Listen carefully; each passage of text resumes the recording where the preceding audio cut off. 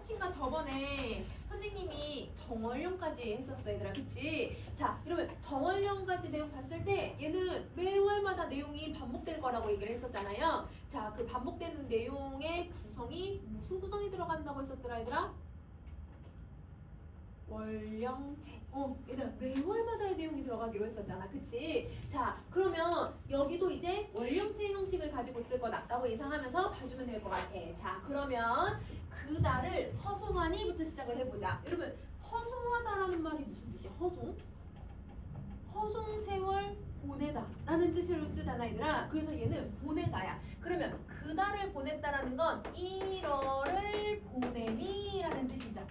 그러면 이제 2월이 됐으니까 1월이 끝났다 라고 생각을 해주시면 돼요. 자 그래서 2월이나 한식날에 그러면 이 한식일이라고 하는 게 양력으로 4월 5일이나 4월 6일을 여러분 이제 한식일이라고 하거든. 그러면 오늘 아니면 내일이야. 선생님 날짜 달력 확인을 못하긴 했는데 오늘 아니면 내일이거든. 그러면 이 5일 6일에 뭐 하는 날이냐면 찰 한자에다가 먹을 식자를 쓰는 단어예요. 그러면 어떤 음식을 먹어야 되냐면 차가운 음식만 먹는 날이에요. 그러면 얘는 찬 음식을 먹는 날. 그러면 이 한식을 왜 차가운 음식만 먹어야 될까라고 생각하면 여러분 이제 14번을 한번 봐볼게. 천추절이 적막하다. 여러분 천추절 뜻을 봤더니 누구 생일이라고 나와 있어 얘들아? 임금님 생일이거든요. 그러면 임금님 생일날은 완전 대대적으로 나라에서 큰 잔치를 열어요. 그러면 잔치면 시끌벅적해야 되는데 뭐라고 표현하고 있냐면 적막하다 이렇게 얘기를 하고 있잖아. 그러면 임금의 탄신일을 왜 적막하고 쓸쓸하다고 얘기를 하고 있을까? 그러면 화자의 이 정서를 여러분이 생각을 해봐야 돼.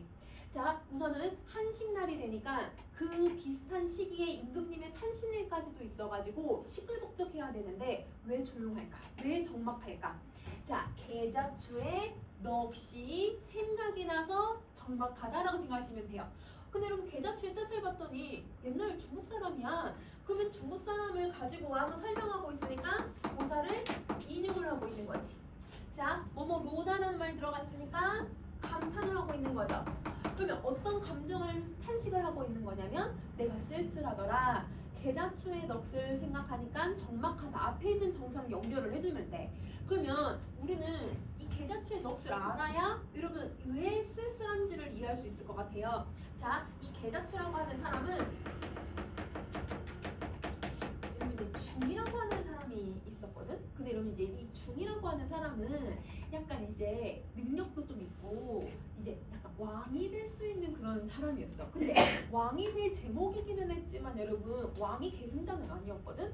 그래서 이 사람이 능력도 뛰어나고 뭔가 왕권에 도전이 되는 사람이니까 이 사람이 쫓겨다녀요. 그럼 그 쫓겨다니는 이 중이를 계자추가 옆에서 계속 보필을 해줬거든요. 도망가고 도망다니다 보니까 얘들아 제대로 먹지도 못하고 제대로 씻지도 못하다 보니까 먹을 게 없는 거야. 그래서 계자추가 자기가 인가에 내려가서 좀 먹을 걸 좀 구해오겠습니다 라고 얘기하고는 조금 있다가 진짜 고기를 구해온 거예요.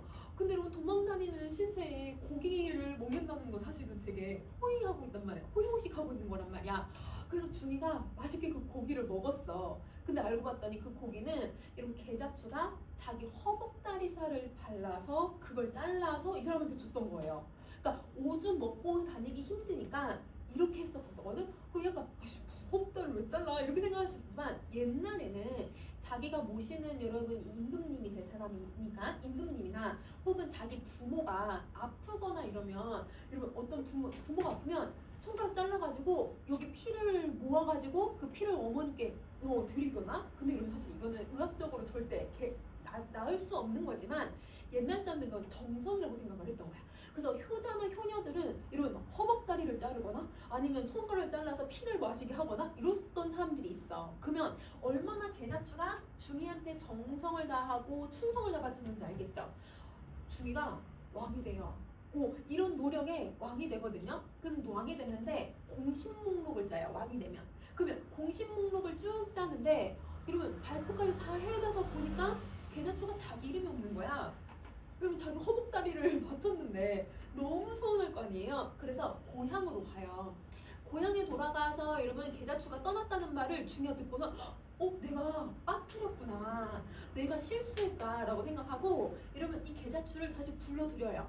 오라고. 근데 계자추는 이미 마음이 상하고 너무 속상하잖아. 그래서 가지 않겠다라고 얘기했는데 중이는 어떻게든 계자추를 다시 불러들이고 싶은 거예요. 그러면 어떻게 해서 집 밖으로 나오게 할까? 집에 불을 질러. 얘도 약간 똥강이 같지 않니 얘들아? 집에 불을 질러가지고 여러분 계자추도 이렇게 숨 막히고 그 다음에 이제 너무 뜨거우면 나오겠지라고 생각해서 불을 질렀는데 진짜 안 나온 거야. 얘도 약간 존심 있었겠죠 여러분. 그럼 내가 이렇게까지 취급을 받아야 되나? 오해가 있었을 수도 있고. 그래서 계자추가 불에 타서 죽은 날이 바로 한식날이야. 불에 타서 죽으니까 사람들이 저 사람은 불 타서 죽었으니까 오늘은 불로 된 음식을 먹지 말자라고 해서 차가운 음식만 먹는 날이다 라고 이렇게 한시기를 정했던 거예요. 그러면 이 계자추의 넋은 여러분 너무 원통하지 않을까 얘들아? 자기가 이렇게 쫓겨나와서 살고 있고 그리고 자기가 공식 목록에 안 들어가는 게 너무너무 원통했을 것 같아.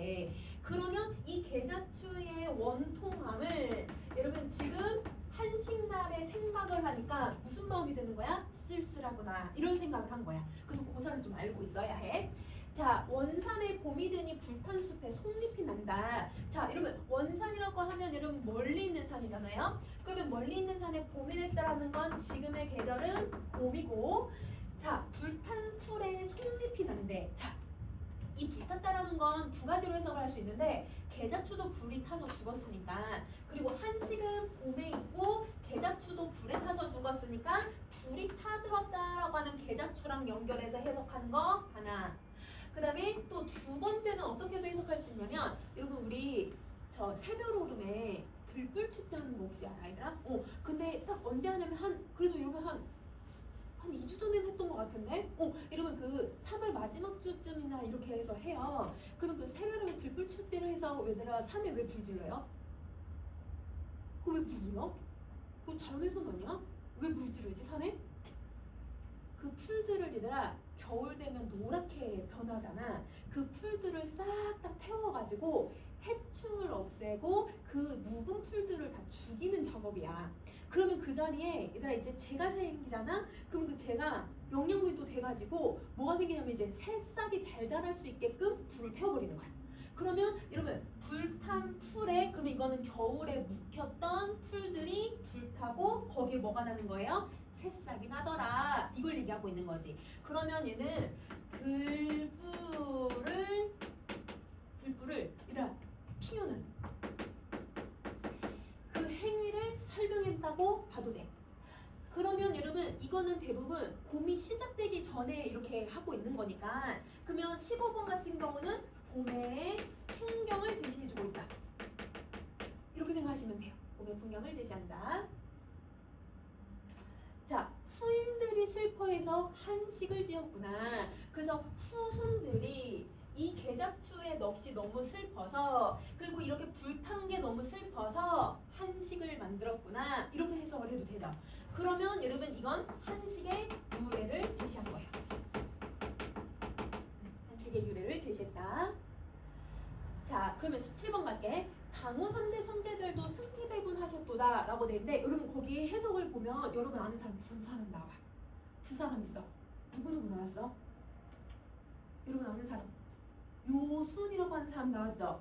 요임금과 순임금, 우리 계속 지금 수능 특강 원래 되게 많이 나오고 있다는 거 알겠죠? 자, 이 요임금과 순임금은 여러분 무슨 시대를 만들었던 사람들이었지 얘들아?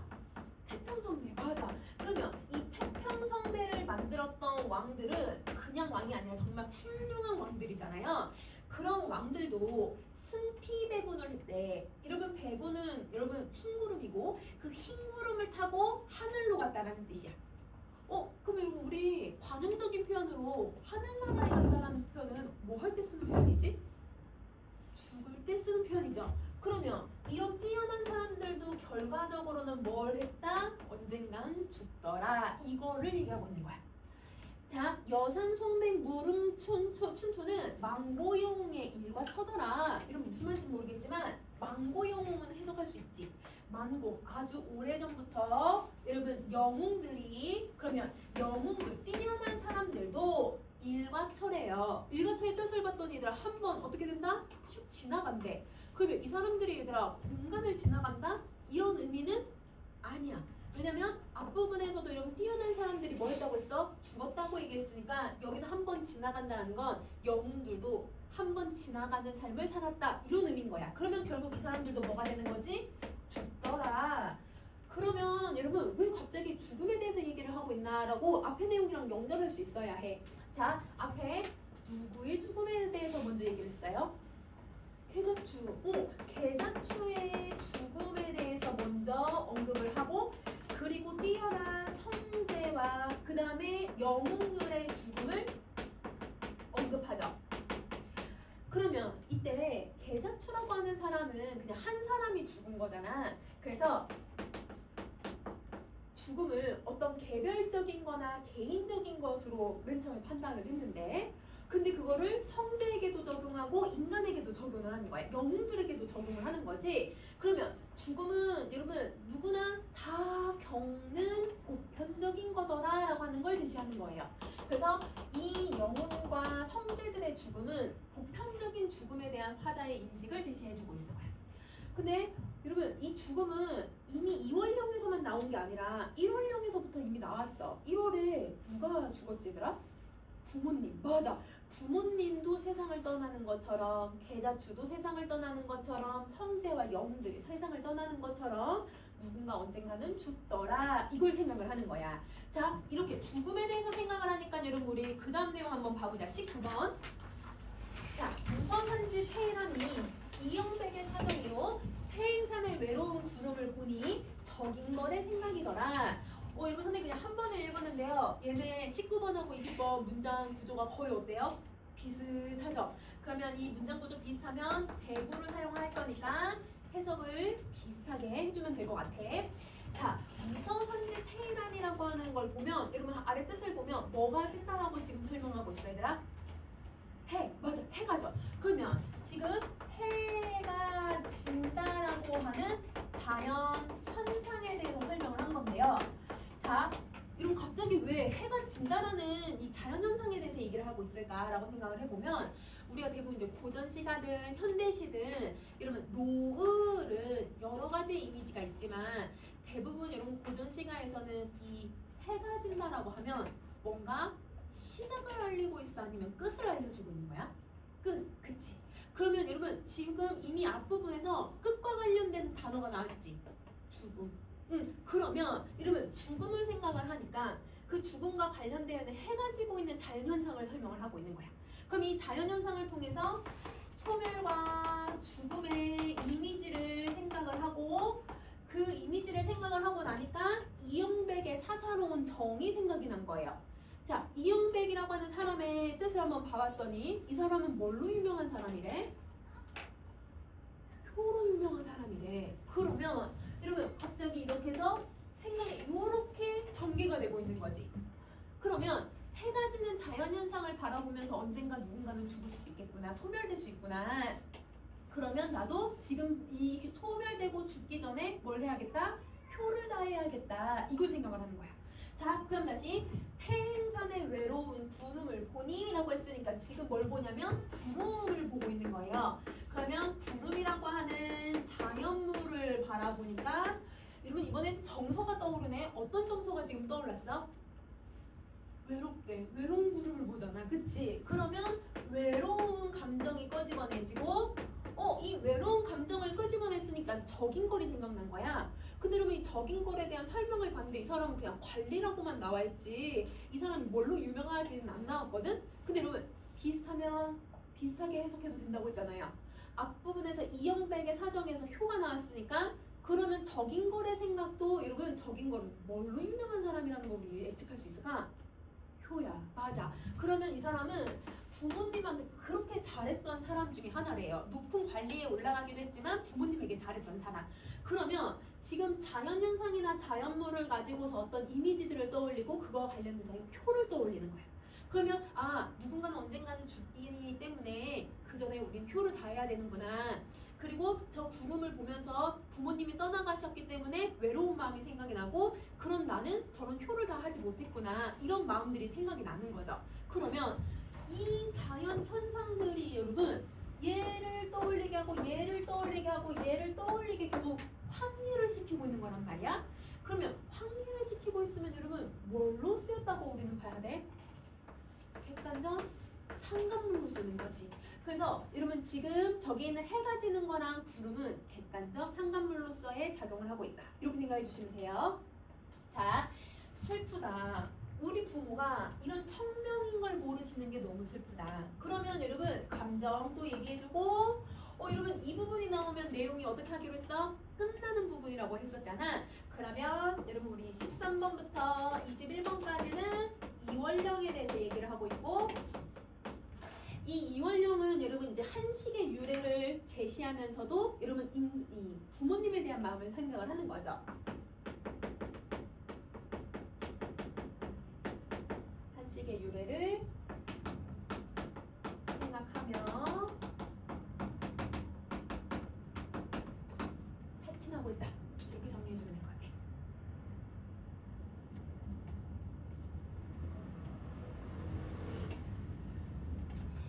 자, 그러면 22번부터는 여러분 우리 3원령부터 시작할 거야. 그러면 이제 그달 금음 다 지났대. 그러면 아까랑 구성이 비슷한 것 같다. 그달 정하면 2월을 얘기하는 걸 거고.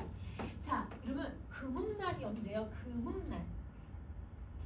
금음달은 언제 떠요? 금음달. 여러분 그러면 보름달은 언제 떠요? 보름달은 여러분 음력 15일이 될 때마다 보름달이 뜨고 그러면 여러분 거기서 15일이 지나면 금음달이 떠요.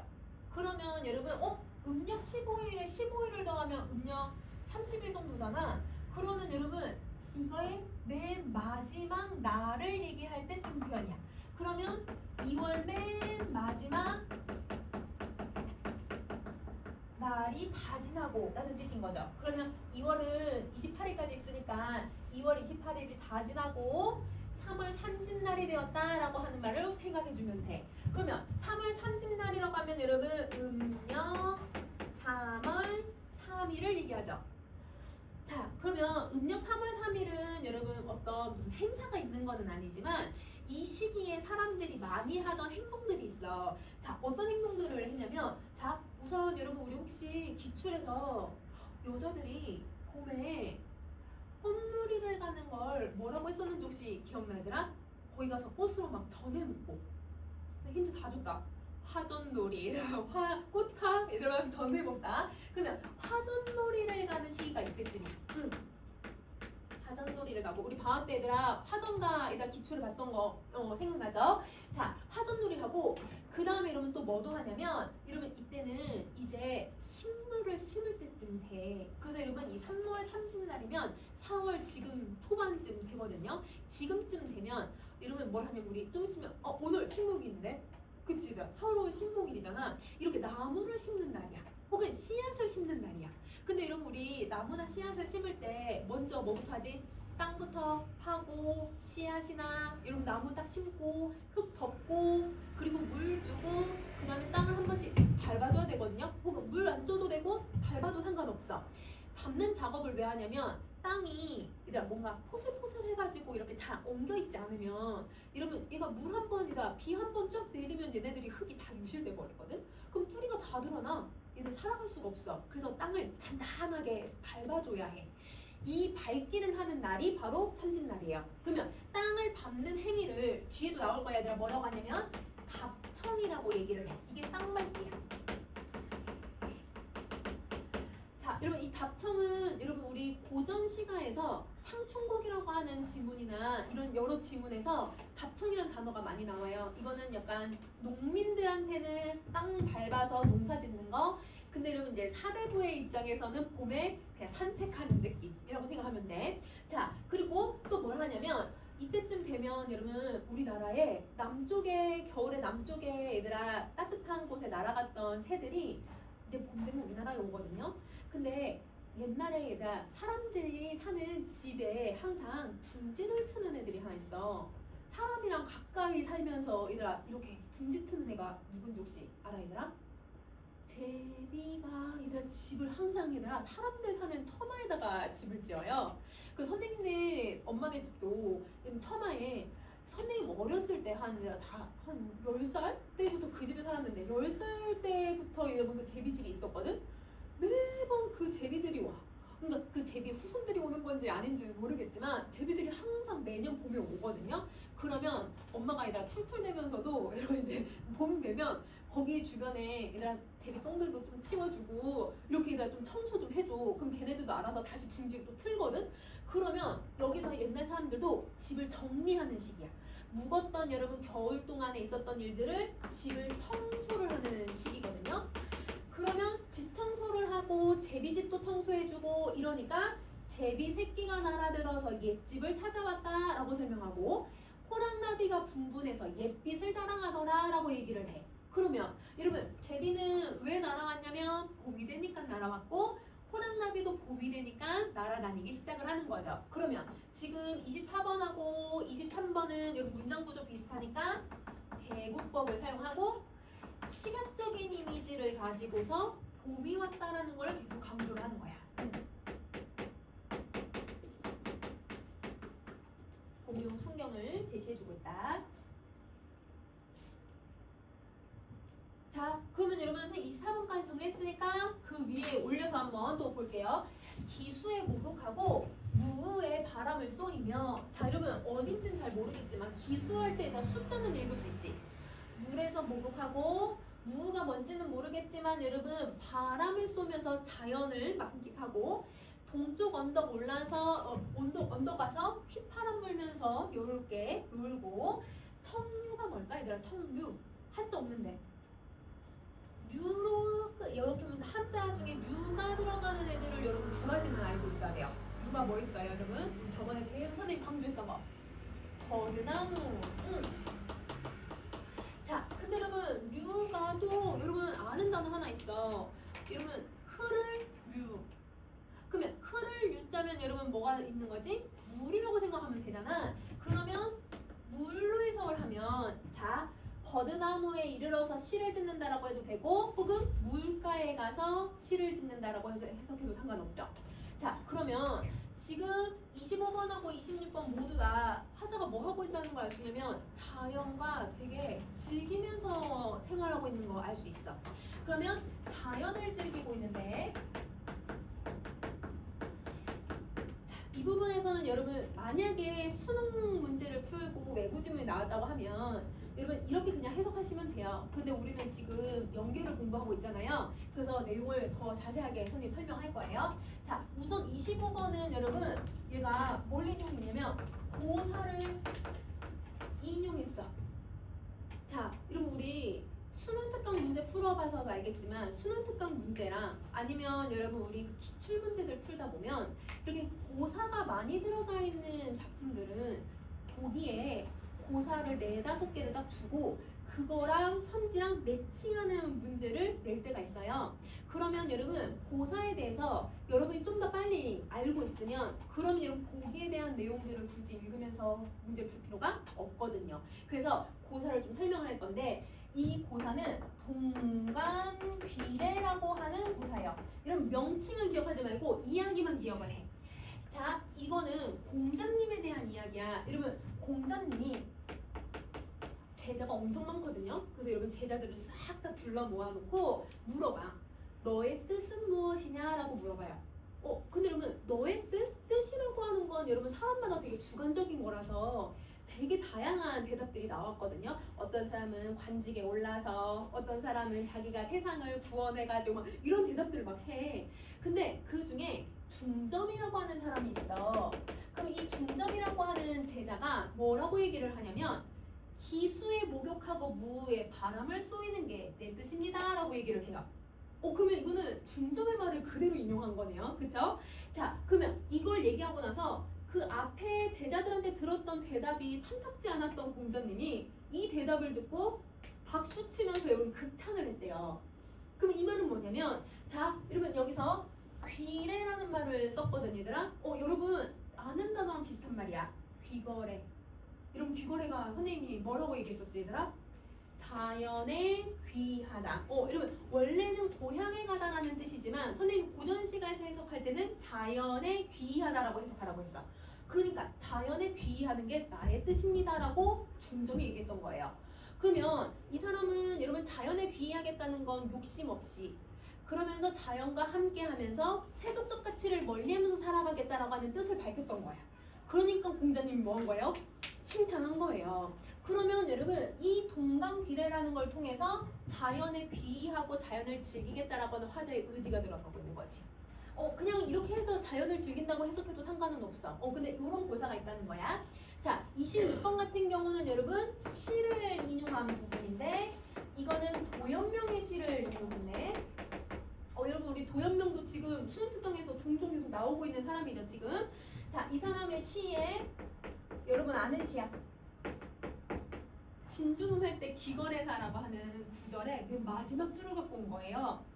여러분 귀거래사라는 말 들어갔으니까 이건 무조건 자연에 귀의하겠다라는 뜻이잖아. 그러면 첫 25번, 26번에 인용된 것들은 모두 다 귀거래와 관련되어 있는 내용이라는 거야. 알겠지? 그래서 이렇게 정리해주고 그 다음 넘어갈게. 산하는 붉은 비단이요 세류는 푸른 시리로다. 자, 여러분 여기는 회원법을 여러분 4개 찾을 수 있을 것 같아. 우선 대구, 그치 문장 구조 비슷하니까 대구. 그 다음에 여러분 우리 유상가에서도 산과 버드나무가 나오면 여러분 색깔이 대비가 됐었잖아요, 그쵸? 그래서 색채 대비도 쓰고. 자, 그 다음에 산하는 꽃은 비단이요. 그 다음에 버드나무는 실이다. 여러분 은유법 쓰고 있는 거지. 자, 그 다음 마지막 여러분 뭐뭐 로다란 말 들어갔으니까 영탄법 감탄을 하고 있는 거예요. 자, 그러면 지금 앞에서 여러분 선생님이 23번 빼고는 23번인가? 여러분 22번 빼고는 23번부터 여러분 지금 27번까지는 누가 봄을 즐기고 있는 모습을 설명하고 있는 거야? 누가? 화자가. 맞아. 그러면 여러분 지금 23번부터 27번까지는 여러분 화자가 봄을 즐기고 있구나. 그래서 귀거래사 같은 단어들을 사용하고 있구나 라고 생각해 주시면 돼요. 화자가 봄을 즐기고 있다. 자, 근데 28번 총가의 농부들은 신춘을 만났다고 농구를 둘러매고 첩처에 왕래하며. 자, 여러분 그러면 여기서는 누가? 농부들이 여러분 뭐가 왔다고? 신춘 새로운 봄이 왔다고. 그러면 봄을 여러분 농기구를 둘러매고 처가 무슨 뜻이냐면 처가 곳이라는 곳처야. 그러면 곳곳에 왕래하면서 라는 뜻이죠. 그러면 여러분 얘가 노동을 하고 있는 모습을 설명하고 있는 것 같은데 이 노동이 버겁다고 얘기하고 있는 걸까요? 아니죠. 노동이 버거운 게 아니라 와 봄이 왔네, 새로운 봄이 왔으니까 새롭게 시작해볼까? 이러면서 신나서 농기구를 들고 밭에 가서 일을 하는 거야.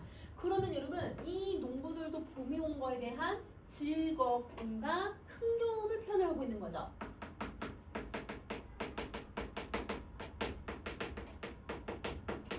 요걸 표현하는 거야. 자, 그 다음 이제 30번 갈게. 백마금편 소년들은 화류춘풍 흥에 겨워 쌍을 지어 논일 적에 사나가 작장 남만개라. 자, 여러분 이렇게 내용을 정리 한번 해보면 얘는 이제 누구가? 소년들이. 그치? 여러분 이게 봄이라는 거 알 수 있는 부분이 화류춘풍 이러면 한자 없지만 다 읽을 수 있겠죠? 꽃과 버드나무와 봄바람. 그러면 봄에 여러분 얘는 대놓고 흥겹다는 표현 썼으니까 흥겨워하고 있다라는 거야. 자, 그러면 여기서 여러분이 기억해야 되는 단어만 정리할게요. 백마금편. 여러분 이 단어는 원래 어려운 단어여서 다른 모의고사 문제들을 풀다 보면 이 단어가 들어가면 별표 표시를 원래 해주거든? 근데 이번 수능특강에 그게 안 들어갔어. 왜냐면 여러분 이 단어가 여러분 수능특강 규원가라고 하는 지문이 들어가 있는데 그 규원가는 얘가 똑같이 들어가 있거든요. 그래서 여러분이 해석을 당연히 할 수 있을 거라고 생각을 하는 거야. 자, 여러분 백마하면 여러분 이제 말이야 말. 그래서 여러분 우리 말을 색깔을 한번 생각해봐. 갈색 말이 있고 흰 말이 있다고 생각하면 뭐가 약간 더 좀 뽀대나? 흰 말을 타는 게 뭔가 좀 더 뽀대나 있지 않아? 그리고 금편이 뭐냐면 채찍을 얘기를 해. 그러면 여러분 채찍 원래 뭘로 만들어요? 가죽으로 만들거든요. 그런데 얘는 가죽이 아니라 금으로 만들었대요. 그러면 여러분 얼마나 낭비해요. 금으로 얘들아 채찍을 만들 정도로 돈이 많다. 돈질하고 있는 거잖아. 그럼 약간 어떤 느낌이라고 생각하면 되냐면 명품을 쫙 입고 람보르기니 타고 다닌다고 생각하면 돼. 이러면 약간 이 뚜껑 열리는 차 타고 다니는 거야. 그러면 여러분 자기가 돈이 많고 치장을 하고 있다는 걸 설명하거든요. 그래서 얘는 관용적 표현으로 화려한 치장을 할 때 우리 백만금편이라는 단어를 써. 여러분 다음에도 한번 더 선생님 물어볼 때 단어 생각날 수 있어야 돼. 자, 그러면 이 화려한 치장을 한 소년들은 봄바람에 흥겹대. 그러면 이 아이들이 막 사치한다 이런 거는 아니고, 여러분 그 약간 우리 지금 벚꽃 너무 예쁘게 폈잖아요. 근데 우리 저번 주는 여러분 그 벚꽃이 없는 상태로 축제를 하지 않았어요? 여러분 벚꽃이 없는데 축제를 하는데 정은쌤이 그 수업이 다 일요일은 일찍 끝나가지고 일요일날 저 벚꽃 축제를 갔대요. 전동로에. 그 전동로에 가서 애기랑 이제 가가지고 이제 사진 찍고 하려고 하는데 꽃은 없지만 갔더니 애들이 엄청 많더래. 중고등학생들이. 그래서 나한테 중간에 전화가 왔어. 난 수업을 하고 있어. 이렇게 수업을 하고 있으니까 전화가 와서 애들 여기 다 모인 것 같아. 여기 애들 혹시 학원에 빠진 애들 엄마한테 얘기해야 될 것 같아. 이러면서 나한테 전화가 온 거야. 그래서 내가 너무 웃겨가지고 아 애들 설마 놀러 갔겠니? 이렇게 하긴 했는데 애들 거기 가니까 얼굴 아는 애들도 봤대 정은쌤이. 그래서 인사도 하긴 했는데 애들이 그렇게 화장도 하고 근데 옷도 삐까번쩍 옆에 다른 이제 이성과 함께 온 애들도 있고 친구들과 함께 온 애들도 있고 막 이러더래요.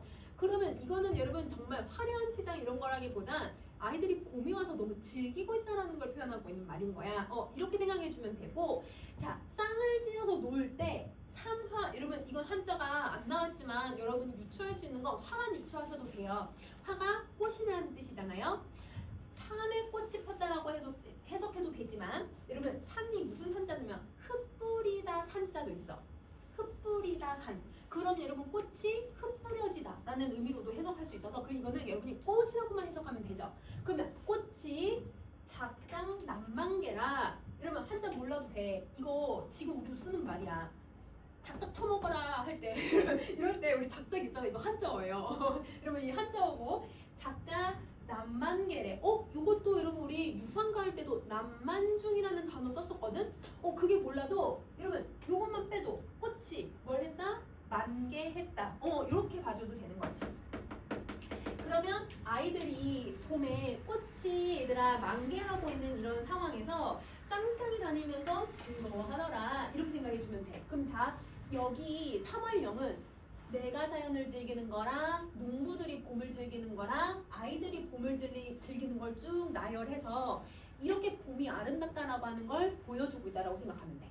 자, 그 다음에 다시 갈게. 슬프다 세월이여 애오 생지가려 하니 탕광음지 여류하려 이거라. 자, 여러분 지금 분명 앞에서는 자연이 너무 재밌다, 너무 좋다, 즐겁다, 긍정적 정서를 계속 얘기를 하고 있다가 갑자기 여러분 슬프다 세월이여라고 얘기를 해. 그럼 여러분 이때 어떤 표현법을 썼는지를 먼저 한번 정리를 해보자. 여러분 뭐뭐 이여라는 말 썼으니까 도노법을 쓴 거거든요. 근데 이때는 세월아 부르려고 여러분 이 말을 썼을까요? 세월이 청자가 아니라 여러분 이 도노법 자체가 영탄법으로 쓰이는 거야. 여러분 도노법은 부르려고 청자를 설명하려고 쓰는 경우와 영탄법으로 쓰는 경우가 두 가지가 있다고 생각하면 돼요. 자, 여기서는 영탄이야. 그러면 자, 이 말은 여기 뒤에도 또 나올 거기 때문에 이걸 갖고 여러분 정설 찾아보자. 애오생지 가련하다라는 말에서 여러분 아래 뜻을 보면 화자가 지금 무슨 정서를 느끼고 있는지 알 수 있을 것 같아. 애자가 애상할 때 애자거든. 그러면 무슨 정서를 느끼고 있냐면 슬프다 이 정서를 느끼는 거고, 가련하다라는 말을 써. 여러분 가련하다가 무슨 정서야? 가련하다 다른 말로 불쌍하다, 연민이라는 뜻이야. 그러면 여러분 얘는 불쌍하다라고 생각을 하는 거예요. 그러면 뭐가 슬프고 불쌍하니까 한강음지 여루다라고 하는 얘들아 해석 한번 봐봐. 누가 누구처럼 빠르대? 누가? 세월이 누구처럼? 물처럼 빠르더래. 그러면 와 세월이 너무 빨리 지나가는구나 이런 생각이 드니까 아까 32번에서 세월이요 라고 하면서 탄식을 하게 된 거예요. 그럼 자 세월이 너무 빨리 지나가서 느끼는 감정을 우리는 네 글자로 뭐라고 해요? 세월이나 나이가 너무 빨리 지나가는 것 같은 느낌. 인생 무상이죠. 맞아요. 여러분도 느끼지 않았어? 여러분 4월 1일 딱 됐을 때 벌써 3월이 지났네? 약간 이런 마음 들지 않았어 얘들아? 여러분 고3 되니까 뭔가 시간이 더 빨리 가는 것 같지 않아요? 그러니까 그게 왜 그런지 모르겠지만 고3은 되게 시간이 빨리 가는 것 같아. 선생님도 고3 수업하는 그 시기가 제일 빨리 지나가는 시기인 것 같아. 여러분 이거 너무 빨리 지나간다는 게 다 인생무상. 뭔가 되게 아쉬운 마음도 들잖아요. 3월 좀 더 열심히 할걸. 약간 이런 마음도 들잖아. 그런 마음이 인생무상이라고 생각하면 돼. 그럼 잡아. 여기 위에서까지는 계속 즐겁다고 얘기해놓고는 여기서부터는 슬프고 불쌍하고 이러면 인생무상을 느껴요. 긍정에서 부정으로 바뀌고 있으니까 얘가 계속 뭘 하고 있냐면 분위기를 반전을 시키고 있다고 생각하면 돼.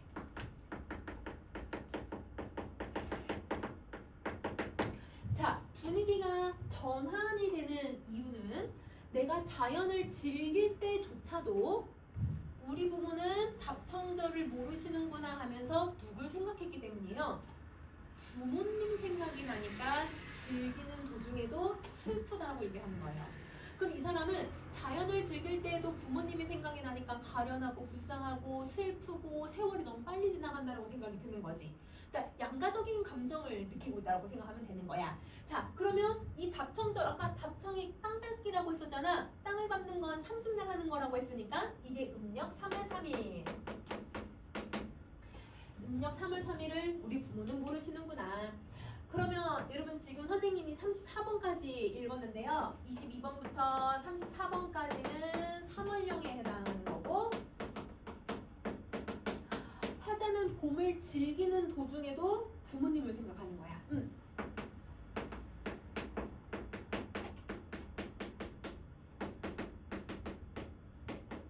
봄을 즐기는 와중에도 사친을 하더라.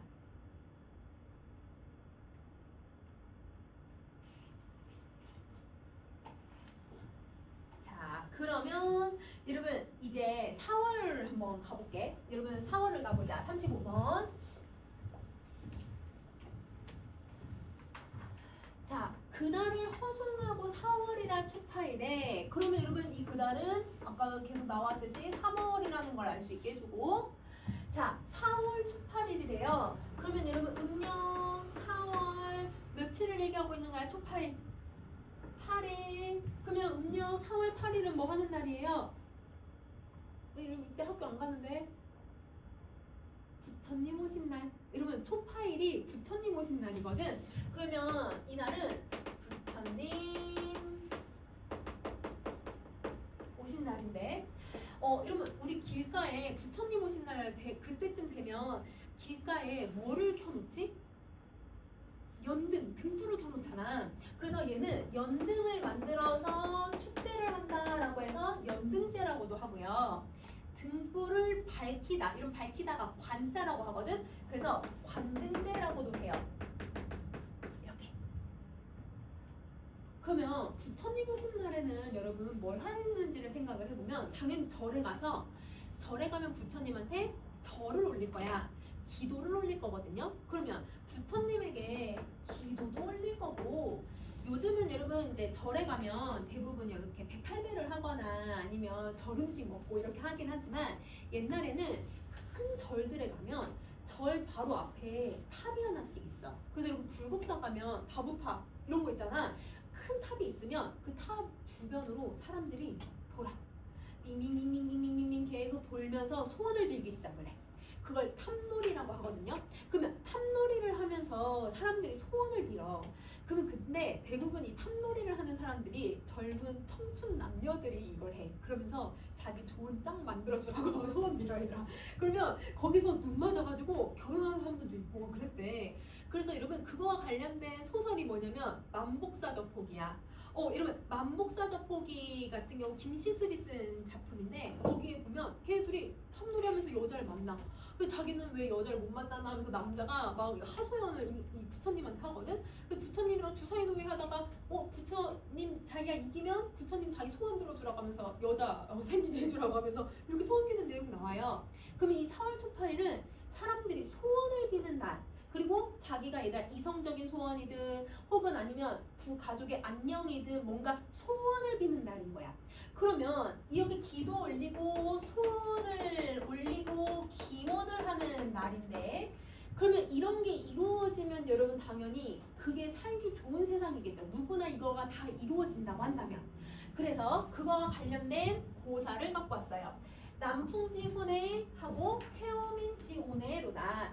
자 여러분 요게 누구에 대한 내용인지 여러분 아는 사람 나왔네. 아래 뜻풀이 봐봐. 여러분 아는 사람 한 명 나왔어. 순임금. 자 여러분 순임금이 나왔으니까 이 사람은 태평성대를 만드는 사람이네. 여러분 이 사람이 자기가 생각했을 때 백성들을 위해서 태평성대를 어떻게 만들어줄까? 태평성대를 만들어주기 위해서는 우리 백성들이 평안해야겠다라고 생각을 하고, 백성들이 평안하기를 기원하고 간절한 마음을 담아서 시 한 수를 읊어요. 그 시가 바로 남풍가예요. 근데 여러분 이 남풍가를 딱 읊자마자 이 내용이 여러분 하늘에게 우리 백성들 잘 살게 해주세요 이런 내용이었잖아요. 근데 하늘에서 갑자기 막 이들 빛이 쫙 내려 쬐면서, 그러니까 별빛에다가 빛이 막 내려오더래. 그래서 별빛은 원래 내려오긴 하는데 얘들아 근데 사람들이 봤을 때 막 빛이 어저께보다 더 밝은 거야. 그러면 하늘에서 빛을 만들었다고 생각을 하는 거지. 그러면 이걸 옛날 사람들은 어떻게 인식을 했을지를 한번 생각해봐. 우리 임금님이 백성들을 위해서 하늘에다가 시를 바쳤는데, 근데 그 시에 응답하는 것처럼 하늘에서 빛을 쫙 내려 쬐줘. 그러면 임금님이 바라는 게 이루어졌을 거라고 생각했을까? 아니면 거절당했을 거라고 생각했을까? 이루어졌을 거라고 생각했겠죠. 그러면 이 임금님이 원하는 게 뭐였어요? 백성들의 안녕이잖아요. 태평성대를 기원을 했으니까 그게 이루어졌다라고 생각을 한 거야. 그럼 태평성대가 이루어지니까 백성들이 너무 좋잖아요. 자기의 소원들은 대부분 먹고 잘 쉬고 뭐 안녕을 기하는 건데, 그거가 이루어졌다고 생각하니까 너무 기쁜 노래다라고 해서 경성가라고 하는 노래를 백성들이 불렀다는 거야.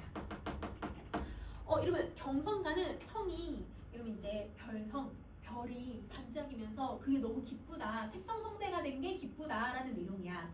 그러면 이 고사는 기본적으로 여러분 뭐에 대한 이야기를 하고 있냐면 태평성대가 왔다 혹은 태평성대가 이루어질 것이다 라고 기원하면서 불렀던 노래들이잖아요. 그러면 태평성대와 관련되어 있는 내용이에요. 자, 태평성대를 기원했을 수도 있고 태평성대가 왔다라고 생각할 수도 있어. 자, 그거와 관련해서 다음 삼각산 제일봉에 봉황이 앉아서 춤을 추고, 여러분 삼각산 제일봉 이게 어디야? 이거 어디 있는 산이에요, 여러분? 여러분 삼각산 제일봉이라는 단어는 고전 시간에 되게 많이 나오거든. 그래서 여러분 그 왕사당 보셨어요? 단종애랑 같이 이렇게 죽음을 선택한 신하들을 사육신이라고 하잖아요. 거기서 여러분 성산문이라고 하는 사람이 있단 말이에요. 그 성산문이 삼각산 제일봉의 낙락장송이 되어서 자기가 무슨 일이 있더라도 자기는 절대 소나무, 지두절개를 버리지 않겠다. 그러면 삼각산 제일봉의 소나무가 되겠다고 얘기를 해, 죽어가지고. 그러면 이게 어딜까? 자, 그 다음에 관동별곡을 보면 관동별곡에서 삼각산 제일봉이 하마터면 보일 것만 같다라고 표현을 해. 그러면 이게 다 얘들아 누구에 대한 이야기냐면 임금님과 관련된 시를 쓸 때 삼각산 제일봉을 써요. 그럼 임금님 어디서 살아요? 궁궐에서 살죠. 궁궐 어디에 있어요? 한양에 있죠. 한양에 있는 산이에요. 여러분 경복궁이 있으면 지금 경복궁 바로 뒤에 청와대가 있단 말이야. 그 바로 뒤에 있는 산을, 이 경복궁을 둘러싸고 있는 이 산을 삼각산, 다른 말로 삼각산이라고 해. 그러면 삼각산 제일봉이라고 하면 여러분 대부분 뭘 생각하냐? 우리나라의 뭐 경복궁 혹은 우리나라 임금님, 우리나라 이걸 상징하는 공간이라고 생각하면 되는 거야. 그래서 고전시가나 현대시에서 이 단어가 나오잖아? 그럼 이거 다 우리나라야. 그래서 여러분 혹시 심순이라고 하는 사람이 쓴 그날이 오면이라고 하는 작품이 있어. 이게 이제 광복이 되고 나서 쓴, 광복을 기원하면서 쓴 내용인데 광복이 되잖아? 그럼 자기는 삼각산 제일봉에 올라가가지고 거기서 여러분 이 북을 머리로 막 이렇게 들이받겠대 막 이런 내용도 나와. 그러면 이게 우리나라를 상징하는 표현인 거야. 그러면 무슨 표현법을 쓸 거고 생각을 하면 될까 얘들아? 우리나라에 있는 일부를 가지고 우리나라 전체를 설명하니까 대부를 쓰고 있다 이렇게 생각하면 되죠. 자, 근데 우리나라에 여러분 무슨 새가 앉아서 춤을 춘다고 하냐면 봉황이 앉아있대. 여러분 봉황이라고 하는 애는 여러분 눈에 볼 수 있어요 없어요? 여러분 봉황은 상상의 새거든요. 그러면 이 상상의 새가 우리가 어떨 때 나타나는 새냐면요, 길조예요. 길조. 여러분 길조 이거 무슨 뜻인지 해석할 수 있을까? 좋은 일을 알려주는 새라는 뜻이야. 그러면 봐봐, 우리나라에 길조가 앉아있어.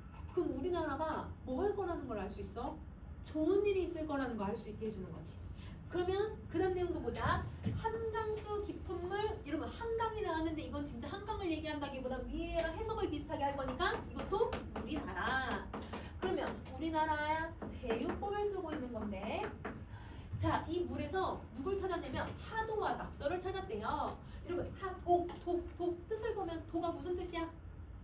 도가 이런 그림, 그림을 하나 발견을 했고, 낙서, 여러분 낙수라고 하는 곳에서 글자가 나왔대요. 그러면 글씨가 나왔고, 근데 이 그림과 글씨가 나왔다라고 얘들아 그 고사에는 나오지만 이게 뭐냐면 여러분 상서로운 일이 나타날 때, 상서로운 일을 예견할 때 얘네들이 나온다고 얘기해. 여러분 상서롭다가 무슨 뜻이야? 상서롭다. 약간 느낌적으로 긍정이야 부정이야? 긍정적인 말이야. 여러분 상스럽다 그게 아니라 상서롭다는 여러분 특별하다. 여러분 범접할 수 없을 정도로 특별하다 이런 의미인 거야. 그러니까 여러분 뭔가 특별한 일이 있을 것 같아 이렇게 얘기하고 있는 거죠. 그러면 자, 이런 게 나왔단 말인가 라고 하는 표현은 이런 게 나타났다 라고 하자는 생각을 해요. 서리법. 그러면 자, 우리나라에 좋은 일이 있을 것 같아요. 우리나라 애들아 상서로운 일이 있을 거라고 예상이 돼요. 근데 앞에 내용이 뭐였냐면 태평성대에 대한 내용이었잖아요. 그러면 이 사람은 뭐를 여러분 예견하고 있다고 생각하면 돼요? 태평성대가 올 거라고 예상을 하고 있는 거예요. 그러면 지금 이 서리법을 통해서 화자는 태평성대, 자기가 살고 있는 지금 현 시대야말로 태평성대가 올 거라는 걸 예견했다라고 해도 되고, 혹은 여러분 지금 쟤네가 미래 시제라기보단 여러분 지금 얘네들 춤을 추고 나타난 거니까 여러분 지금 나타난 거잖아. 그러니까 지금 이 시간이 태평성대다. 그러면 지금 이 순간을 뭐 했다고 봐도 돼? 예찬하고 있다라고 봐도 돼. 그래서 두 가지로 해석할 수 있어. 자, 그러면 그 다음 내용 한번 또 가보자. 여러분 39번.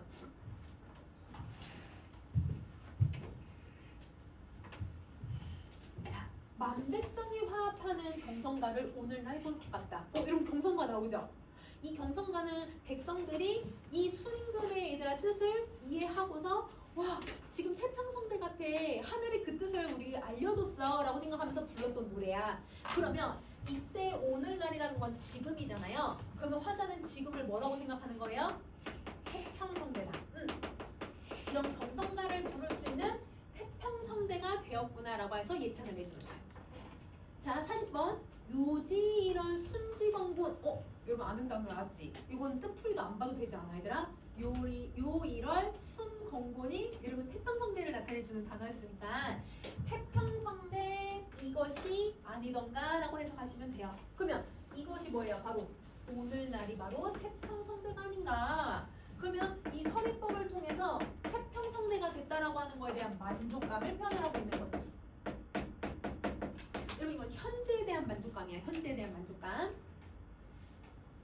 자, 여러분 태평성대 이것이 아닌가라고 하는 표현은 유상가에서도 여러분 기산용수가 예 아니냐, 혹은 여러분 무릉도원이 예 아니냐, 이런 표현이랑 비슷하다고 생각하시면 돼요. 이런 표현들은 모두 다 현재의 만족감이라고 생각하면 돼. 자, 만사 인간 젊은 날의 소년 행락이 얼마하니. 자, 여러분 만사 한자 그대로 읽을 수 있지. 많은 일, 그러면 모든 일, 많은 일들의 인간의 젊은 날에는 소년 시절의 즐거움이 얼마나 하겠니? 라고 얘기를 해요. 자, 여러분 한번, 여러분도 한 19년의 인생을 지금 살고 있잖아요. 그러면 여러분들 어렸을 때를 한번 생각해 보세요. 여러분 7살, 8살, 9살 그 어렸을 때랑 지금이랑 고민하는 정도를 한번 생각을 해봐. 지금 고민하는 거 엄청 많지 않아, 얘들아? 학업적인 것도 고민할 수도 있고, 친구 관계를 지금 고민할 수도 있는 거고, 뭐 가족에 대한 문제도 얘기할 생각할 수도 있고. 근데 어렸을 때는 여러분 고민하는 게 별로 없었단 말이야. 어린 시절은 여러분 고민하는 게 별로 없어요. 왜냐면 너무 모든 게 다 즐겁거든요. 여러분 만약에 지금 여러분 이제 19살이야? 그럼 여러분 나중에 선생님 나이 정도가 되면 그러면 이때는 더 고민 더 많아. 이러면 즐거운 건 근데 별로 없어. 그러면 여러분 나이가 들면 나이가 들수록 내가 소년 시절에 느꼈던 그 즐거움과 행복이 이젠 없는 거예요. 그럼 이건 뭘 얘기하고 있냐면 젊은 시절에 즐거움이 있는 유한성에 대해서 얘기하고 있는 거예요. 그러니까 언젠가는 여러분 이런 이 젊은 시절의 즐거움이나 젊은 시절은 지나가 버린다는 뜻인 거죠. 그래서 유한성을 얘기하고 있으니 그러면 여기서 나타나야 되는 정서가 뭘까요? 이거 아까 그래서 세월이 너무 빨리 지나가서 느끼는 정서랑 똑같아. 인생 무상이야. 맞아. 인생이 참 더럽다라고 생각이 드는 거예요. 그러면 자 여기서도 아까 위에서 얘들아 만족감 얘기하다가 갑자기 끊임없이 인생 무상에 대해서 얘기하고 있잖아. 그러면 여러분 뭐가 생기는 거냐면 분위기가 또 전환이 되고 있는 거네. 분위기가 전환이 되더라. 자, 차지 위반할게요. 타기황의 아이들은 맡겨오지 삼우지 마라. 여러분 아래 뜻을 보면 꾀꼬리를 쫓지 마세요. 시끄럽게 울지 마세요. 뭐 이런 내용들이 나오거든요. 자, 그러면 이거에서 여러분 아는 단어 하나 나와야지. 황앵. 여러분 황앵이 뭐였지? 앵이 뭐였더라? 앵? 꾀꼬리. 유상가 할 때 했던 애야. 선생님 왜 유상가를 먼저 봤냐면 유상가가 봄에 대한 이야기가 엄청 많이 들어가는데 여기도 봄하고 5월까지니까 여름까지거든. 봄, 여름. 그러면 봄하고 여름에 대한 시어들이 겹치는 게 엄청 많아. 그래서 저는 유상가를 먼저 봤었는데 황앵이라고 하는 건 여러분 이 봄이 왔다는 걸 알려주는 꾀꼬리라고 얘기를 했잖아요. 그러면 이 꾀꼬리를 쫓지 마세요 라고 얘기하는 이 이야기는 여러분 이제 시를 인용한 부분이거든요. 근데 이 시가 여러분 남녀 사이의 애절한 그리움에 대한 시인데 여기서는 남녀의 관계를 얘기하는 게 아니잖아. 그러면 이 시는 대부분 고전 시가에서 인용될 때마다 뭐 할 때 쓰이냐면 약간 시끄러울 때 쓰는 표현이라고 생각하면 돼. 자, 시끄러울 때 쓰는 표현이야. 꾀꼬리 쫓아버리세요. 울지 못하게 만드세요. 시끄럽게 하지 마세요. 약간 이런 느낌으로 쓰는 인용 표현이에요. 자, 그 다음 다시 할게요. 황금 갑옷을 떨쳐입고 실버들 속으로 들어갈 때 그럼 이러면 앞에 내용이랑 연결해보면 여기서 말하는 황금 갑옷은 누구를 얘기하고 있는 걸까? 황금 꾀꼬리. 이렇게 꾀꼬리 노란색이잖아. 그러면 꾀꼬리가 이러면 어디 속으로 들어갈 때? 실버들 속으로 들어갈 때 이거야. 그러면 꾀꼬리가 실버들 속으로 들어갈 때 우레같이 소리를 질러서 그러면 우레같이 지금 황금 갑옷 이러면 얘는 뭐뭐 같이란 말 안 들어갔으니까 은유. 그러면 우레 같은 소리를 질러서 겨우 든잠일 깨어난 거예요. 그럼 잡으세요. 이러면 내가 무슨 상황이냐면 잠에서 깨어났는데 왜 깨어났어? 시끄러워서 깨어났지. 그런 여러분 아까 이 고사는 뭐 할 때 쓰는 거라고 했냐면 이 시는 시끄러울 때 쓰는 표현이라고 했었지. 그러니까 자기가 너무 시끄러워서 잠을 못 자겠다 이렇게 얘기하고 있는 부분인 거야. 그러면 자, 이 부분 보고 그 아래 또 같이 한번 더 볼게. 장안 많은 집에 등을 달아서 산호만세를 하는구나. 자, 여기서 여러분 알아야 되는 단어 장안. 여러분 이 장안이라는 단어는 여러분 이미 알고 있어요. 여러분 혹시 어디의 수도를 얘기할 때 장안이라고 해요? 장안이 어디의 수도야? 그러면 여러분 중국의 수도는 옛날에는 중국이 이 동아시아의 거의 여러분 중심이었잖아. 그러니까 여러분 이 중국의 수도라고 하면 제일 번화한 도시였기 때문에 장안이라는 이 명칭이 여러분 그냥 고유명사가 아니라 일반적으로 큰 도시나 번화한 여러분 이런 수도를 얘기할 때 쓰는 단어로 쓰여. 그래서 장안은 고전 시가에서는 도시, 수도, 중국을 얘기하는 게 아니라 도시나 수도를 얘기할 때 쓴다 라고 생각하시면 돼요. 그러면 많은 집이 등을 달았대. 얘들아 등 왜 달아? 연등제니까 연등제를 했으니까 산호만세를 한대요. 여러분 산호만세의 뜻을 봤더니 임금님 만세, 임금님의 만세를 기원하는 말이래. 그러면 여러분 앞에 내용이랑 연결을 해보자. 아까 화자가 깨어난 이유는 우레같이 큰 소리 때문이었는데 이 큰 소리의 원인이 누구예요? 사람들이 산호만세를 하는 소리에 깨어난 거예요. 그러면 이 산호만세 소리 때문에 깨어났다. 이게 잠을 깬 이유. 자, 그럼 봐봐. 여러분 사람들은 연등제고 이러면 부처님 오신 날이니까 다 같이 삼삼오오 모여서 탑놀이도 하고 만세도 부르고 이러면서 놀고 있는데 근데 자기는 부모님이 돌아가셔서 부모님과 관등절을 보낼 수가 없으니 그래서 자기는 잠만 자고 있었던 거예요. 그러니까 자기는 다른 사람들은 이걸 즐기고 있다면 자기는 못 즐기니까 그래서 여러분 너무 시끄럽다 혹은 젊은 날의 이 행복은 유한하더라 이런 슬픈 감정들을 끄집어내고 있는 거야. 그럼 자 봐봐. 지금 화자는 여러분 정월령에도 여러분 내가 정월에 해야 하는 일들을 하면서 부모님 생각했고 한식의 유래를 생각하면서도 부모님 생각하고 3월에 봄이 너무 아름다워서도 이걸 생각했고 여기서도 이러면 앞부분에 봄에 이런 태평성대가 되고 있는 모습들을 생각하면서도 그 와중에 이 부모님을 생각을 하는 거예요. 그러면 정리해볼게. 여러분 35번부터 맞지? 35번부터 46번까지 사월령이고 이 사월령 같은 경우는 여러분 지금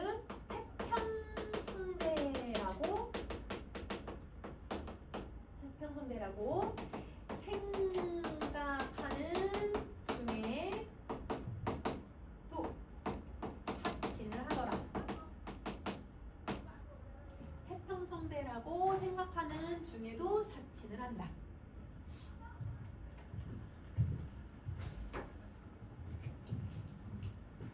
이제 마지막 한번 보자 얘들아. 이제 5월 마지막이야. 47번. 자, 그날을 허송하니라고 했으니까 이제는 4월에 대한 이야기가 이제 끝났죠. 그래서 4월 허송세월 보내고 5월 단오일에 자, 여러분 단오일은 음력 5월 5일을 얘기하고 있는 거네. 자, 여러분 단오날은 우리나라의 3대 명절 중에 하나야. 정월대보름, 단오, 추석, 설날 이렇게 4개거든요. 그러면 여러분 이 단오일에 하는 거 여러분 알고 있는 거 한번 얘기해보자. 무슨 세시풍속을 가지고 있지 얘들아? 여자들이 뭐 해? 머리가 막 청포물로 그치? 청포물로 머리를 감기도 하고 그 다음에 여러분 여자들이 그네를 띄기도 하고 남자들은 여러분 씨름을 해요. 남자들은 씨름을 하고 자, 그 다음에 여러분 쑥이나 술이라고 하는 여러분 풀을 가지고서 떡을 해먹기도 해요. 그러면 뭔가 얘들아 쑥이나 혹은 수잎을 가지고서 떡을 해먹기도 하고 등등등등 다양한 여러분 이 5월의 모습을 볼 수 있어. 자, 근데 이때 5월은 음력이잖아요. 양력으로 생각해보자. 양력이면 여러분 몇 월이 돼야지? 6월이잖아. 그럼 여러분 6월은 계절로 따지면 언제가 돼야 돼요? 여름이에요. 이제 여름으로 여러분 계절이 바뀔 거예요. 해가 늦어서 창밖에 있으니 여름 구름은 기봉에 많구나. 이러면 계절이 여름이 되었다는 걸 이제 보여주는 거야. 자, 근데 48번의 내용도 선생님 설명을 하면 얘 같은 경우는 여러분 지금 어떤 특징을 가지고 있냐면 여러분 얘도 시를 인용해둔 좀 부분이라고 생각하면 돼. 그래서 이러면 이게 시가 인용된 건데 누구의 시를 인용을 했냐면 도련명의 시를 인용해놨네. 도련명의 사시라고 하는 사계절을 노래하는 시에서 여름 부분을 갖고 왔어요. 자, 그리고 사냥 자규 운다 이러면 소적세가 나왔는데 이때 소적세는 여러분 저번 시간에 하긴 했지만 한의 정서를 나타내주는 세긴 하지만 여기서는 한이랑은 상관은 없는 것 같아. 그러면 여러분 자 여기에서 어떤 이미지와 어떤 이미지를 갖고 여름의 풍경을 묘사하고 있어? 청각과 시각적인 것. 그러면 청각과 시각을 갖고 여름날의 풍경을 제시해요. 여름날의 풍경을 제시한다. 자, 50번. 광풍제월 넓은 곳에 솔개 날고 물고기가 뛰논다. 이것도 그냥 여러분 여름의 풍경이라고 해석해도 되지만 얘는 또 이렇게 시에 많이 나오는 애네. 여러분 얘는 시경이라고 하는 책에서 인용을 했어. 그러면 이 작품은 한자어도 되게 많고 인용도 되게 많이 쓰고 있다는 거 알겠죠? 그러면 여러분 아무래도 전반적으로 기출에서 문제를 낼 때 수능에서는 이런 지문들은 조금 이제 지양하긴 하거든요. 다 안 내려고 하는데 근데 모의고사에서는 여러분 나올 수도 있어요. 왜? 뭘 해주면 되니까? 거기에 고사들을 다 설명하는 문제 유형들을 제시해주면 되니까. 그래서 전반적인 내용은 알고 있어야 돼. 가사들은. 자, 백구야 날지 마라. 네가 잡은 데가 아니라 일신이 한가하기로 너와 놀려고 찾아왔노라. 그러면 여러분 자 백구야라고 말을 했기 때문에 여러분 편법 3개 땅땅땅 나와야 될 것 같아. 도노, 의인, 말을 건네는 방식. 이렇게 3개. 자, 근데 여러분 요 백구가요. 너를 잡은 내가 아니래. 그러면 너를 내가 잡으려고 온 게 아니라 일신. 여러분 일신이 무슨 뜻이었더라? 내 한몸. 내 한몸. 그러면 요 단어 잘 기억해야지. 근데 이 한몸으로 해석할 게 아니라 우리 뭐라고 해석하기로 했었더라? 화자. 화자가 자기 스스로를 한몸이라고 했었죠.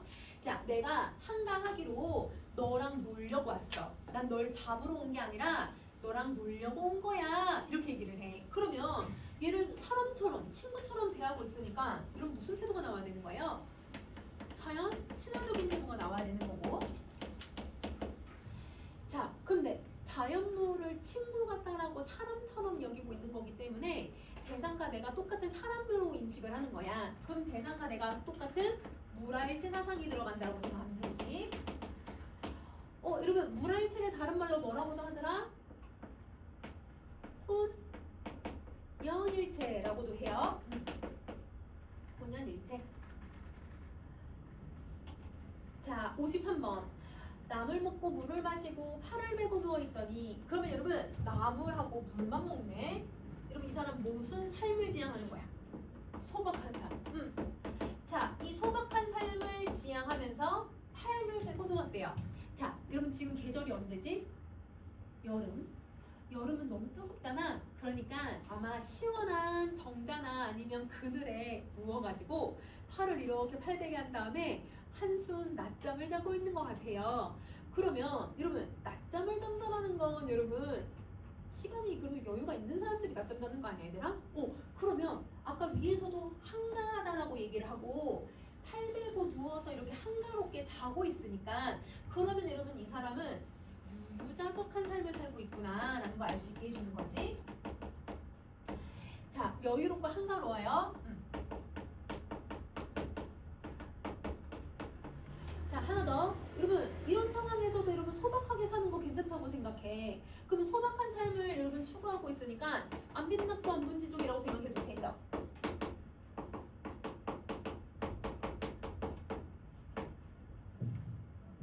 자연을 즐기고 있다. 자, 그러면 53번까지 정리했으면 여러분 54번 한번 봐보자. 대장부의 살림살이가 이 정도면 안이 넉넉한가? 라고 얘기를 해. 그러면 자기의 살림살이가 이 정도면 괜찮다 라고 생각하는 거잖아요. 그러면 서리법을 사용해서 자신의 만족감을 표현을 해요. 근데 여러분 우리 배웠던 작품 한번 생각해봐. 여러분 그 배웠던 작품 중에 대장부의 공을 다 이루고 나서 내가 자연으로 들어간 다음에 그곳에서 여러분 뭐 줌마에 털을 닦고 얘들아 그 다음에 내가 술 마시고 여자들이랑 놀고 자연을 즐기고 책 읽고 막 이런 내용도 나온 적 있잖아. 그 사설 시조에 나오는 대장부랑 이 대장부는 동일한 가치관을 추구한다고 봐도 돼요? 아니죠. 왜냐면 여러분 그 앞에 배웠던 시조 같은 경우는 여러분 솔개를 키우고 막 말 타고 다니고 술 마시고 얘들아 막 흥청망청 놀아. 그 사람은 여러분 세속적 가치를 계속 추구하면서 노는 거고 이 사람은 여러분 소박한 삶을 지향하면서 놀려고 하고 있는 거니까 가치관이 완전 다른 거야. 그래서 여러분 우리 대장부 공이고 라고 하는 그 시조의 대장부하고 이 대장부는 절대 같을 수가 없다 라고 하는 거 여러분 수특에 나왔던 내용들은 이렇게 연계해서 같이 기억해주면 좋을 것 같아요. 자, 일충간장 맺힌 서러움 부모 생각뿐이더라. 여러분 자연에 대한 만족감 이렇게 긍정적으로 얘기해놓고는 여기서 또 서럽다라고 얘기를 해. 그러면 이게 또 분위기가 반전이 되더라. 분위기 전환. 분위기가 전환된다. 자, 그러면 여기까지 한번 보면 여러분 화자는 자연 속에서 만끽하면서 만족감을 느끼더라도 계속 누구 생각이 나는 거야? 계속 부모님 생각이 나. 그러니까 이 사람은 계속 양가적인 감정을 계속 가지고 있는 사람인 거야. 자, 그 다음 내용을 한번 보기 전에 여러분 우리 지금 배웠던 여러분 지금 줄들에서 48번이나 48번, 50번, 48번, 50번, 그 다음에 33번, 33번, 그 다음에 여러분 우리 33번, 33번, 36번, 38번 얘네들 음보율, 음수율 한번 찾아봐. 여러분 다 안 찾아도 돼. 그냥 48번, 50번만 봐도 돼. 48번, 50번. 음보율하고 음수율을 한번 찾아보실래요? 음보율, 음수율.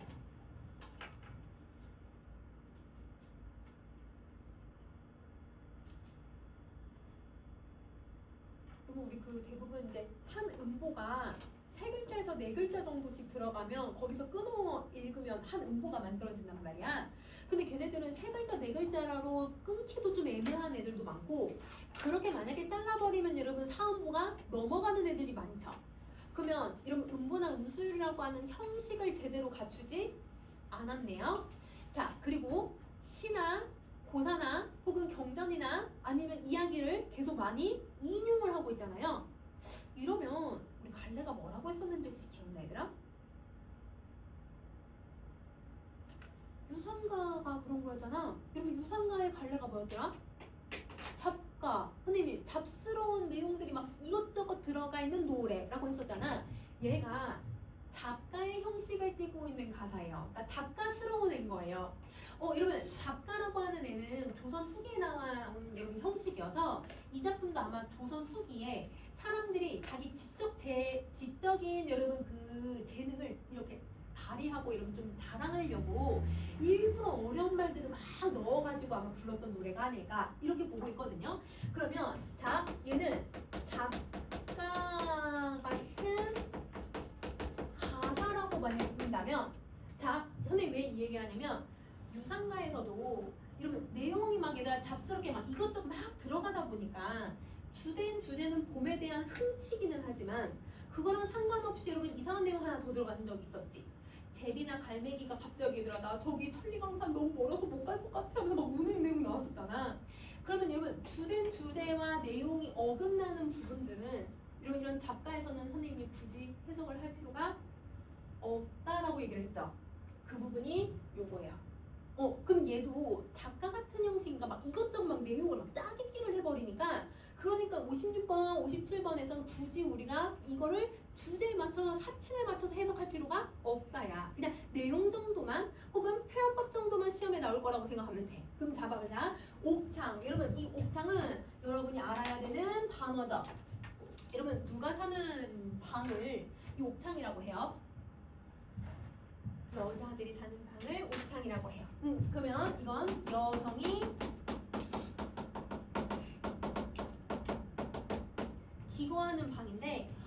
이거를 다른 말로 뭐라고 하냐면, 왜냐면 뒤에 나중에 규원가나 다른 작품도 또 나올 거니까 규창, 규방, 사창, 이게 다 여성이 사는 방을 얘기하는 말이야. 자, 그러면 여자가 사는 방에 앵두가 열매를 맺어서 굵어졌고 원정부지 이별이래. 여러분 이거 뜻을 봤더니 누구하고 누구가 헤어지면서 원망을 하는 내용이에요. 지아비와의 이별을 원망을 해요. 그러면 얘는 남녀 간의 정이나 그리움에 대해서 얘기하고 있지. 그러면 이 내용은 여러분 부모님에 대한 사칭이랑 연관성이 있어 없어? 없으니까 그냥 형식만 보고 넘어가도 된다는 거야. 자, 그 다음 몽중 꿈속에 매화가 피어 있으니 음풍진어 영욕이래. 이러면 여기서 선생님이 계속 그 단어 시험 낼 때마다 얘를 넣는데 그때마다 왜 욕심이라 써 얘들아? 욕심이 아니야. 이러면 이 영욕이라고 하는 단어는 영자가 무슨 영자냐면 영예예요. 영예. 이런 영예라는 단어가 어려우면 영광이라고 생각하시면 돼요. 그러면 내가 영광을 얻고 욕이 얘들아 들어가니까 욕심이라고 생각하는데 그게 아니라 치욕스럽다. 욕되다 하는 뜻이거든. 이 단어가 합쳐져서 만들어진 단어야. 그러면 여러분도 그럴 수도 있고 모든 사람들이 어떤 자리에 올라가면 그 자리를 얻으면 영광이 될 수도 있지만 근데 그 자리에서 내가 뭔가 실수를 하거나 얘들아 내가 삐끗해버리면 그 순간 치욕을 느끼는 거거든요. 그러니까 이 영광과 치욕은 내가 어떤 자리에 올라가거나 관직에 올라가거나 아니면 내가 뭔가 세속적 가치를 추구할 때 느끼는 감정들인 거야. 그러니까 세속적 가치거든. 근데 이 글의 주제는 여러분 세속적 가치에 대해서 비판하거나 이런 내용들이 아니잖아요. 그러니까 사칭과 상관없는 부분이니까 굳이 여러분이 이걸 해석할 필요가 없다. 이렇게 생각하면 되는 거야. 알겠지? 자, 그러면 넘어갈게. 자, 4줄 남았어요. 자, 남림북산, 보리타자, 방방곡곡, 농부가루다. 자, 그럼 여러분 이웃들이 보리타작을 한대. 그럼 여러분 보리타작을 한다라는 말은 보리를 수확하기 전일까 후일까? 수확하고 나서 그리고 얘를 두드려서 껍질을 벗겨야 되는 거거든요. 그러면 보리타작이라는 건 보리를 수확을 한 거예요. 자, 수확을 했을 때 방방곡곡 노랫소리가 들린다면 이 농부들이 부르는 노래는 즐거워서 부르는 거야? 힘들어서 부르는 거야? 즐거워서 부른다는 거 알 수 있지.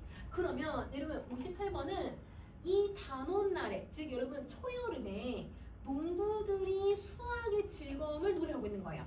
그러면 농부들의 수확 시기를 보여주고 이거에 대한 즐거움을 보여주고 있다. 자, 그 다음에 손백양류 긴긴 나무에 높다랗게 그네를 메고 노기용상 미인들이 오락가락 하는구나. 그러면 여러분 이건 단오날에 여자들이 뭐 하고 있는 걸 묘사하는 거야? 그네 뛰는 모습을 묘사하고 있는 거지.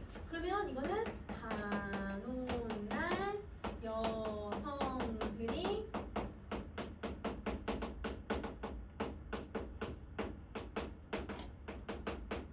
그네 뛰기를 하는 거예요.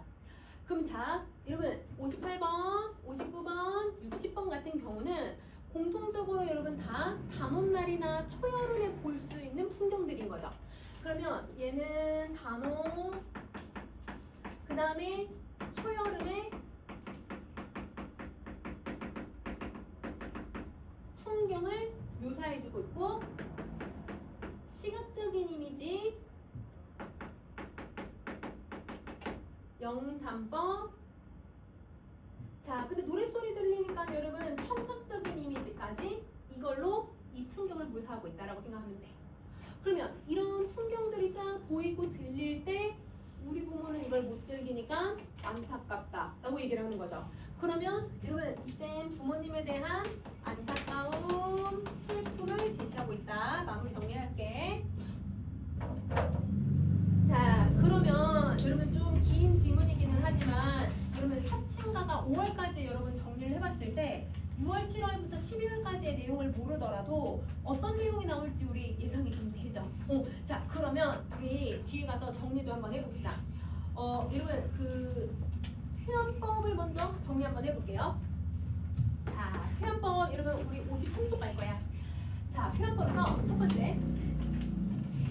여러분 여기는 청자를 각각 조금 일부 좀 설정을 해놔요. 그러면 청자를 설정하려고 도노법이랑 말을 건네는 방식을 사용했는데 정월령에서 여러분 어떤 청자를 설정했는지 혹시 기억나요? 정월령에서 아이들아, 달을 보는 아이들아, 너네 지금 달 볼 때가 아니야.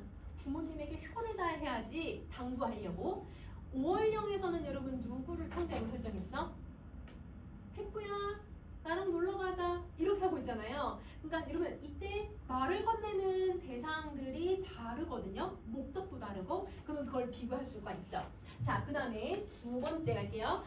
여러분 비유법, 되게 다양한 비유법을 사용했어. 그래서 은유도 사용하고, 지규도 사용하고, 의인법도 쓰고, 대유법도 사용을 하고 있네. 그래서 다양한 표현법이 들어갔다. 자, 그 다음에 세 번째. 여기는 감정이 직접적으로 드러나는 부분 되게 많죠. 그래서 영탄법을 사용을 하는데 영탄법을 가지고서 직접적인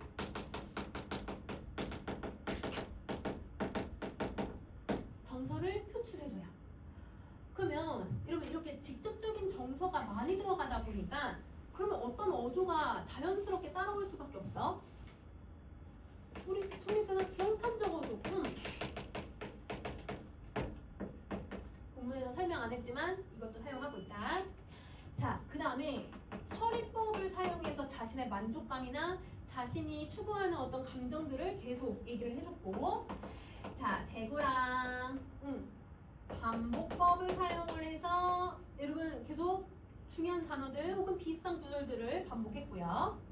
자, 이 작품은 제일 중요한 표현법이 뭐였냐면 인용을 되게 많이 했지.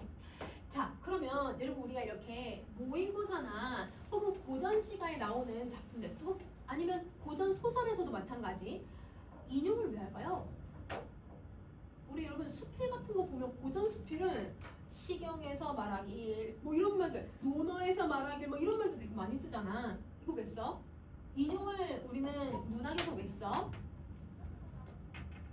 자, 목적은 가장 궁극적인 목적이 뭐냐면 내가 말하고자 하는 말을 쉽게 설명하기 위해서예요. 그럼 예를 들면 나 같은 내가 완벽한 사람인데 내가 어쩌다 한번 실수를 했어. 그럼 우리 이럴 때 무슨 말을 쓰냐면 원숭이도 나무에서 떨어질 때가 있다. 이런 관용적 표현을 인용해서 설명하잖아. 그러면 이때 원숭이는 누구야? 완벽한 나. 그 다음에 이러면 여기서 실수를 했다. 원숭이가 나무 떨어지는 건 실수. 이렇게 쉽게 이해를 할 수 있잖아요. 인용을 쓰는 이유는 빗대기 위해서예요. 그러면 얘는 빗대기 위해서 쓴다. 그럼 이런 빗댄다는 건 비유를 하기 위해서잖아. 이해하기 쉽게 빗대어서 쓰기 위해서 쓰는 거야. 그러면 여러분이 인용 표현들이 들어가면 누구가 누구랑 나타내고 누가 누구랑 나타내고 있는지 그걸 매칭하면서 이해를 하면 고사를 쉽게 이해하면서 지문을 읽을 수 있다는 거야. 알겠지? 자, 그러면 여러분 여기 정리하셨으면 뒤로 넘어가서 단어는 선생님 중요한 단어는 네모 표시 여러분 노란색으로 다 썼어 얘들아. 그래서 넘어가고 54쪽에 여러분 꼭 기억할 내용을 정리 한번 할게요. 자, 54쪽에 구성을 한번 봅시다. 여기다 쓸게.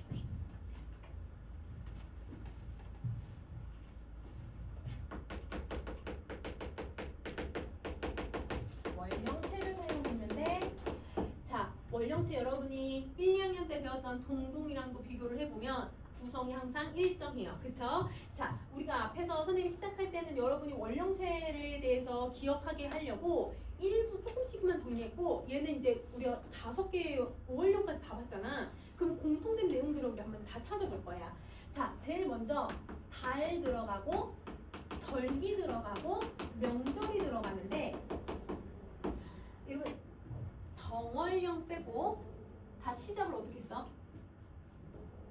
그달을 허송하고 이걸로 시작을 하잖아요.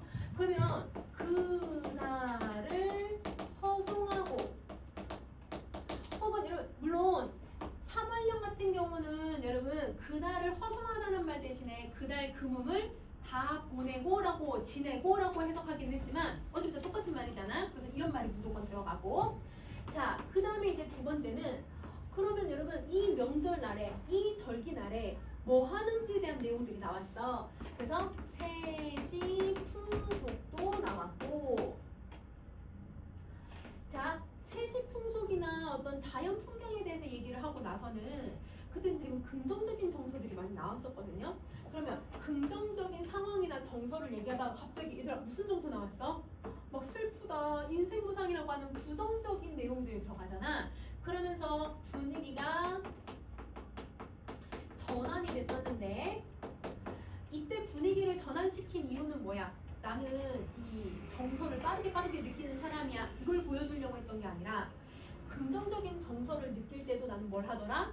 부모님을 생각한다. 이걸 보여주려고 했던 거잖아요. 그래서 이때의 분위기의 전환은 이 감정을 느끼고 있어도 부모님을 생각한다라는 사치의 주제를 만들고 있는 거야. 알겠지? 자, 그 다음에 마지막. 여러분 마지막은 우리 얘는 많이 반복됐었으니까 슬프도다. 우리 부모 무엇을 모르시나. 요렇게. 자, 그러면 이런 구성이 계속 반복이 되다 보면 여러분 이걸 얻을 수 있는 효과를 정리할 거거든요, 여러분. 효과는 선생님 밑에다가 여러분 그냥 이어서 정리해 주시면 돼요. 선생님 옆에다 쓸게요. 자, 여러분 첫 번째 효과. 여러분 얘가 약간 수미상관이나 후렴구가 있는 작품들의 구성의 효과들이 똑같거든? 그러면 그런 효과들이 뭐 있었는지 한번 생각해봐. 주제 무조건 만들어야지 반복된 거니까 주제를 형성하고 의미를 강조해줘야 돼. 자, 그 다음에 두 번째. 이러면 구조적인 측면이나 형태적인 측면도 한번 생각해보세요. 안정감과 통일성 만들어야겠죠?